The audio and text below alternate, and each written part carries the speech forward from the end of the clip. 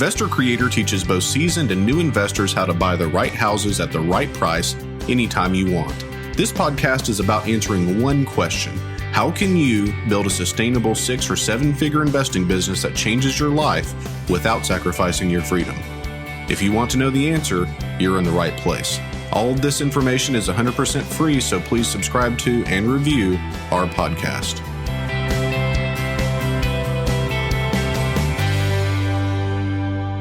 Hey guys, welcome to Investor Creator, where I tell you the truth about what it takes to become a high-level 6 or 7 figure flipping investor. Guys, we've had a fantastic week with my company. We bought the third best deal of my career, and I know you're going to want to hear about that. I'm going to go over that when we talk about the deal of the day. My family and I are looking at going to Florida over the weekend. It's my wife's birthday. She's turning 32, so super excited about that.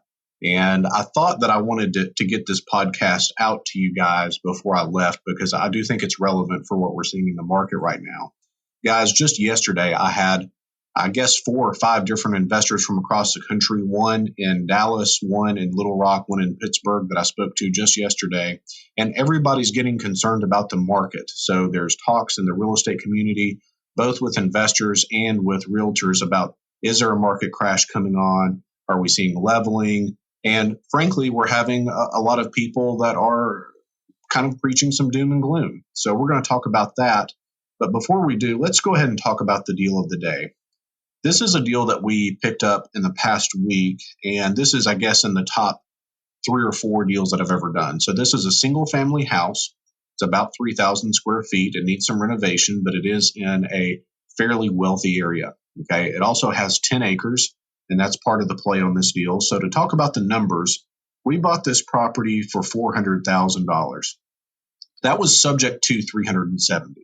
So in other words, there's a $370,000 loan that we're not personally qualifying for. We're just going to leave that mortgage in place, and we're going to take title to the property from the seller in exchange for giving them $30,000. So the $370,000 mortgage remains.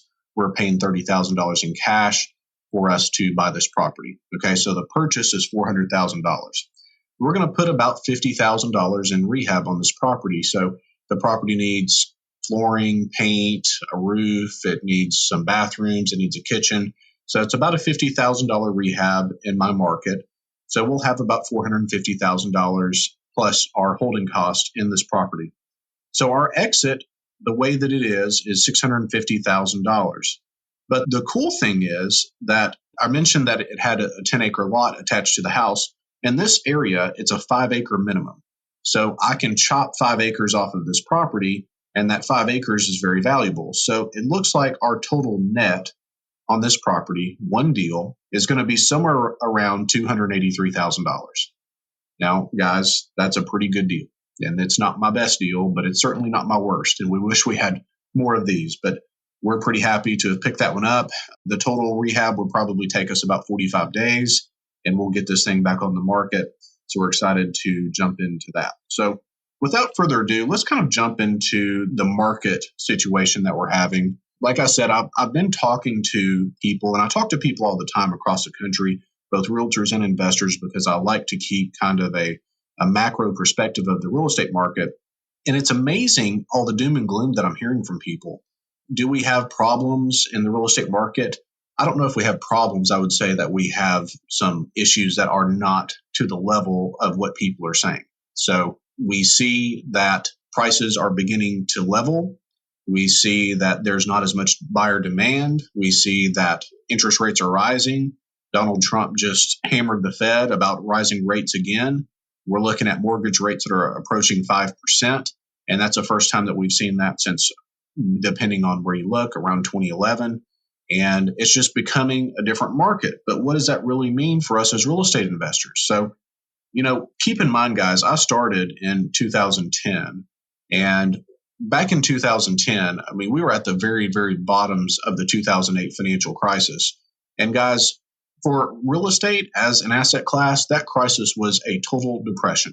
Because whenever I managed a model home in 2006 and 2007, we would have 13, 14, 15 people in the model home at a time. We went 4 months and nobody showed. I remember because I was selling real estate at the time, during the 2008 meltdown, you had a company called Countrywide, which was, I guess, probably the largest mortgage originator in the country at that time.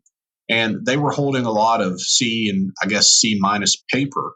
So they had these subprime loans and they were collateralizing them with the CDOs and selling them off. And some of them they were keeping. And, so most of the transactions that I had as a realtor was through that company.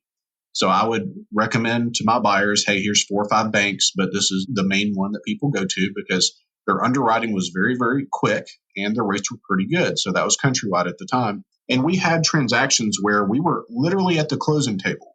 My buyer was closing, signing all the paperwork, and we would wait days for the wire because Countrywide was literally out of cash. And ended up Bank of America bought Countrywide and took on that paper. But it's amazing to me the level that of an issue that was versus the amount of bad talk that I'm hearing right now in the real estate market. And I think big part of it is a lot of people are just unseasoned. Even as a younger guy, I'm 32 years old, but even as a younger guy, I've been in this now, I guess, almost 15 years. So I got my real estate license when I was 18.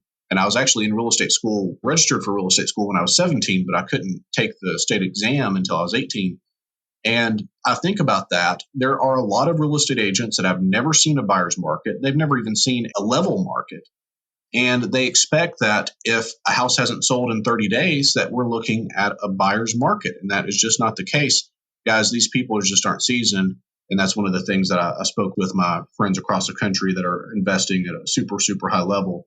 So let's just kind of jump into it. There's a few articles that I think are pretty relevant. Forbes has an article, Red Flags That Indicate a Real Estate Market Crash. CNBC has an article, The Hottest Housing Market in the U.S. is up 13% and now may be headed for a crash. Business Insider says America's housing market is raising a, quote, large red flag, end quote, for the economy. But the one that I want to focus on is an article by Bloomberg Business Week. And this article is titled, The U.S. Housing Market Looks Headed for Its Worst Slowdown in Years. So I'm just going to read this. It's a fairly short article, but I think it's going to really talk about what we're trying to hit here. So let's go ahead and jump in. They were fed up with Seattle's home bidding wars. They were only in their late 20s, but had already lost 2 battles and were headed to renew with their landlord. Then in May, their agent called. Suddenly, Redfin's agent Godwin told them, the couple, sellers were getting jumpy, even here in the hottest of markets. Homes that should have vanished in days were sitting on the market for weeks. There was a 3-bedroom fixer-upper just north of the city going for $550,000, down from more of $600,000. They made the leap in early June and had closed by the end of the month for list price. The U.S. housing market, particularly in cutthroat areas like Seattle, Silicon Valley, and Austin, Texas, appears to be headed for the broadest slowdown in years. Buyers were getting squeezed by mortgage rates and by climbing prices about twice as fast as incomes, and there's only so far they can stretch. This could be the beginning of a turning point, said Robert Shiller, a Nobel Prize-winning economist who is famed for the warning of the dot-com and housing bubbles, in an interview. He stressed that he isn't quite ready to make that call yet. The data. A slew of figures released this week gives ample evidence of at least a cooling. Existing home sales dropped off in June for a third straight month. Purchases of new homes are at their slowest pace in 8 months. Inventory, which plunged for years, has begun to grow again as buyers move to the sidelines, sapping the fuel surging home values. Prices for existing homes climbed 6.4% in May, the smallest year-over-year gain since early 2017, and have gained the least over 3 months since 2012, according to Federal Housing Finance Agency. Shares of Pulte Group fell as much as 4.9%. Pulte is a home builder. 4.9% Thursday morning after the National Home Builder reported that orders have declined 1% from a year earlier, blaming rising mortgage rates. Home prices are plateauing, said Ed Stantonfield, chief property economist at Capital Economics Limited in London. People are saying, let's just bide our time. There's no great rush. If we wait 6 or 9 months, we're not going to lose out on getting a foothold on the ladder. That means, quote, We're now looking at a period in which prices move more or less sideways or increase no more quickly than growth in incomes over the next few years. Stansfield projects a 5% gain this year and a 3% increase in 2019. That compares with a 10.7% increase in 2005, shortly before the crash. Supply lines. Some of the most expensive markets where sales were falling under the weight of prices were now seeing substantial increases in supply, according to Redfin Corporation. In San Jose, California, inventory was up 12% from June from a year earlier. It rose 24% in Seattle and 32% in Portland, Oregon. Wow. Those big jumps are from low numbers, so the housing crunch is still a serious problem. Inventory has increased quite a bit, Godwin, the Seattle agent, said. We're seeing less competition. Dustin Miller, an agent with Windmere Realty Trust in Portland, said he's trying to manage sellers' expectations, something he hasn't had to do since the end of the last housing boom. One customer, a baby boomer moving to a new home across the state, expected to have buyers fighting over her house. She got one bid below her asking price. Buyers want to shop and take some time as opposed to having to rush and throw offers in, Miller said. It's the housing market correcting itself. At some point, you hit a peak of momentum, and then things level off. This new wariness was noticeable in the latest consumer sentiment data from the University of Michigan. In its preliminary July survey, 65% of Americans said it's a good time to buy a home, the lowest since 2008 when the economy was still in recession. Still, market watchers note that the housing sector has strong support from healthy labor markets, steady economic growth, which indicates a stabilizing trend for home prices rather than anything close to the experience of the crisis, when property values plunged. And shares of D.R. Horton Incorporated, which builds a lot of starter homes, rose as high as 8.7% Thursday morning after the company reported a 12% jump in orders. The rate of home sales, new and existing, has probably peaked, said Ian Shepherdson, chief economist at Pantherson Macroeconomics. But it's not going to roll over. It will gently decline. The homeownership rate in the second quarter was 64.3%, up from 63.7% a year earlier, according to the U.S. Census Bureau data released Thursday. While there appears to be a slowdown in the growth rate of home sales and prices, it has not slowed rising homeownership, Freddie Mac chief economist Sam Cater said in a statement, though he added that the rate is a full percentage point below the 50-year average, reflecting, quote, the long-lasting scars from the Great Recession and the lopsided nature of recovery. Guys, this article is the basic idea that I have that we're going to see a leveling off and no crash. But if you type in real estate crash on Google and you look at the news articles, you can see a significant amount of information there of people that would disagree with me. Or at least they want to gain the traffic of being the naysayer. Guys, so what are we going to do as investors? What is our takeaway from this information? Number one, I want to talk about what the past few years have looked like. And this is across multiple markets, multiple states that I have invested in the past 8 years. I think I've bought in 9 states in the past 8 years. You know, we saw during the bust, the greatest calamity that a real estate market, I guess, could experience because there's no financing. So it almost became impossible to get a mortgage unless you had just spotless credit, you had strong job history, and you had money for a down payment. You know, that was a far cry from the ninja loans, no income, no job, no assets that we saw back in 2006, 7, and early 2008. Whenever I was selling real estate, I had a buyer that bought 3 houses with a part-time income. And I knew that didn't really make sense to me, but he was able to do it. And that's how easy credit was back then. It was easier to buy a house than it was to buy a car. And there's no doubt about that in my mind. So we go from that scenario to the plunging depths of plummeting prices, everybody going into foreclosure. You know, there was all these rising interest rates and balloon mortgages that people had taken out, teaser rates that were getting adjusted. And the Fed came in and lowered all these rates, trying to prop it up. And I guess that's the only reason we didn't go into a serious depression was the move that Bernanke made. And we look at what happened and the overall activity in the housing market. You know, guys, the peak then was based on easy credit. the peak now is based on lowered supply. So cash and credit is not as easy to get now as it was in 2005, 6, and 7. So whenever I look at everything, I look at the overall fundamentals. The fundamentals are far more sound right now than they were back then. But let's just say that we do enter a declining market, which is possible. I think a 5 or 10% decline over the next 5 years is not probable, but it's very possible. So what do we do as investors? Number one, nobody really knows what this market is going to do. And anybody that tells you that they know just frankly is lying. Okay, nobody really knows. There's no systemic banking risk. Prices are up because of more of a supply issue. But now, guys, is the time to go back to fundamentals, okay? And people were not being fundamentalist investors over the past 4 years. I sold a house to a couple of guys.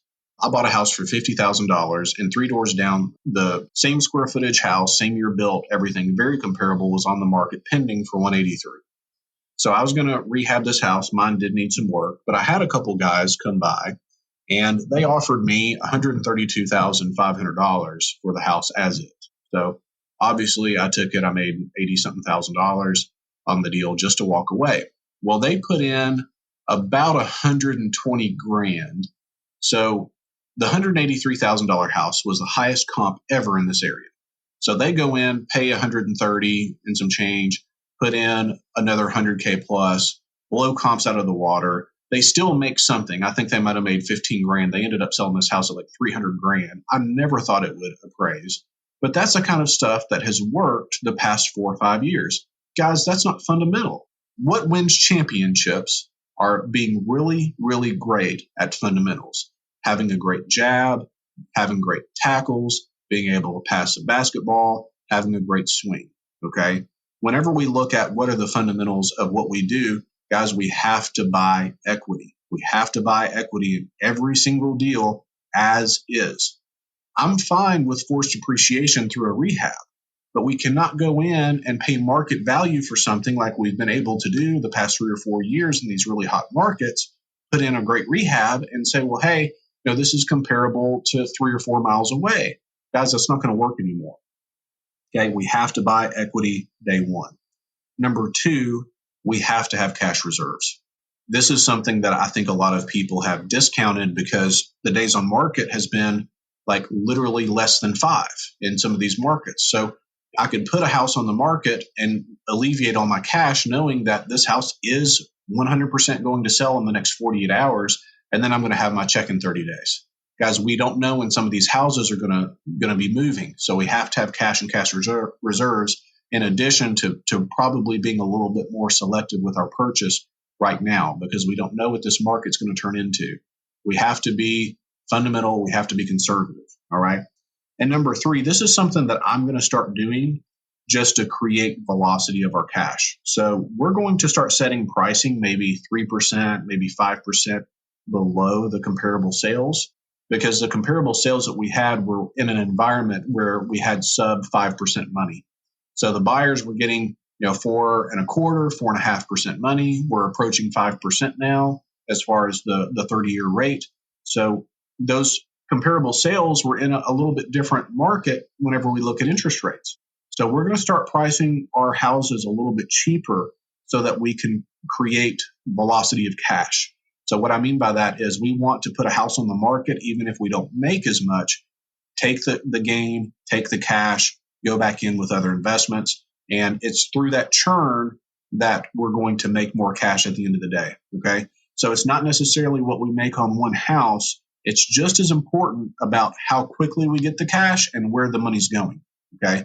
We can always make 10 or 15% on our money by lending, which is something that I'm starting to consider doing, but we want the money to come in and come in quickly. There's no point in to make another $5,000, $6,000, $7,000, $10,000 to have a house sit on the market another 60 or 90 days. Okay.